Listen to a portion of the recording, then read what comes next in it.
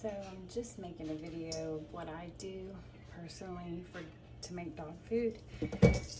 And right now I'm just, I take about 6 or 7 cans of pinto beans, and I mash them up just so that it doesn't cause a lot of excess gas, because I've always heard that if it's mashed up, it doesn't cause gas for some reason.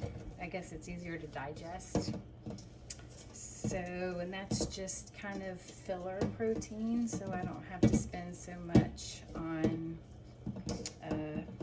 meat.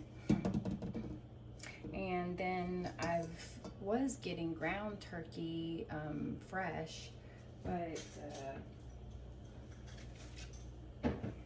at Walmart I found these little frozen ground turkeys, and they're £1 each, and they're like a little over, they're less than $2, and I can get 6 or 7 of these for pretty much the price of one large pack of ground turkey, which is usually like 2 or 3 pounds. So big difference, like I think it's like a $5 a pound difference. So I had about 6 of those, 6 or 7 of those, and then about 2 to 3 pounds of ground meat, and then 6 of these cans. I'll put the recipe of the pinto beans, and then I use the brown rice, and I get this one just because it's faster, because I get 2 boxes because I'm trying to make enough for both dogs for a month. So, and then pumpkin, 100% pureed pumpkin, and then I usually use sardines with the water, with the bones. And I've started using broccoli, and I was using spinach, but I read that if your dog, the senior dog, which he's technically only 8, but they said the spinach can be a little too much for a senior dog, especially if they have kidney disease, which I'm just gonna be safe. But they said broccoli and red bell pepper. I didn't know there was a difference, but evidently the red, and I'll put, you know, the reasoning why in the comments. But so far, beef liver, just because my dog's allergic to chicken, so I don't use chicken liver, but you can use chicken liver or chicken if your dog's not allergic to that. But so right now I'm just mashing up, cooking the ingredients, and cooking the rice, and that takes time. So yeah, I'll be back. And I don't cook the vegetables. I cook the meat only for my personal preference. My dog is spoiled and now only eats cooked meat. So, but garlic, I got all kind of goodies in there. So, and now I'm just packing up. I bought these silicone bags so that I wasn't going through plastic and wasting plastic. So, and just seal it up and put it in a plastic bin.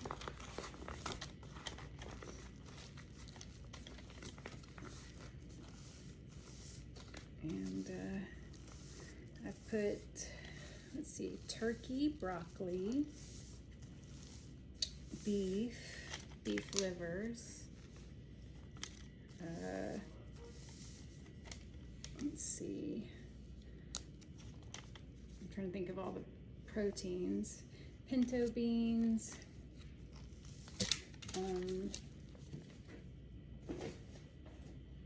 sardines, red bell peppers, brown rice, ground ginger, hemp seed, kelp,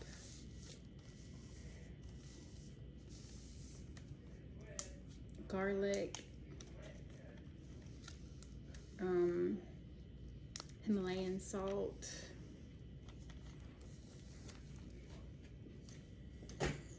some Tony's for seasoning, because I've got some Cajun dogs that love some seasoning.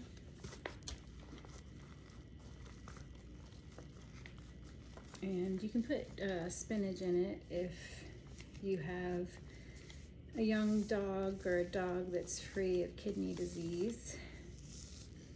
That's what I've been doing. I've been adding it until just recently, just changing it up a little bit. My dog does not have kidney disease though. And I don't strain any of the grease out or the fat, because I think it's good for them. And it's not really a lot, just a little bit from the meat, even though I use the lean 93%. But I'm trying to think, I believe that is it. And some of that is from a vet that posted a list of ingredients they use. Oh, pumpkin, puree pumpkin. Or you can use pumpkin seeds. And turmeric. All kind of things are in here. And, yep, I just try to make enough for 3 to 4 weeks for my 2 dogs. And they eat it right up. And I usually sprinkle some coconut oil on it. And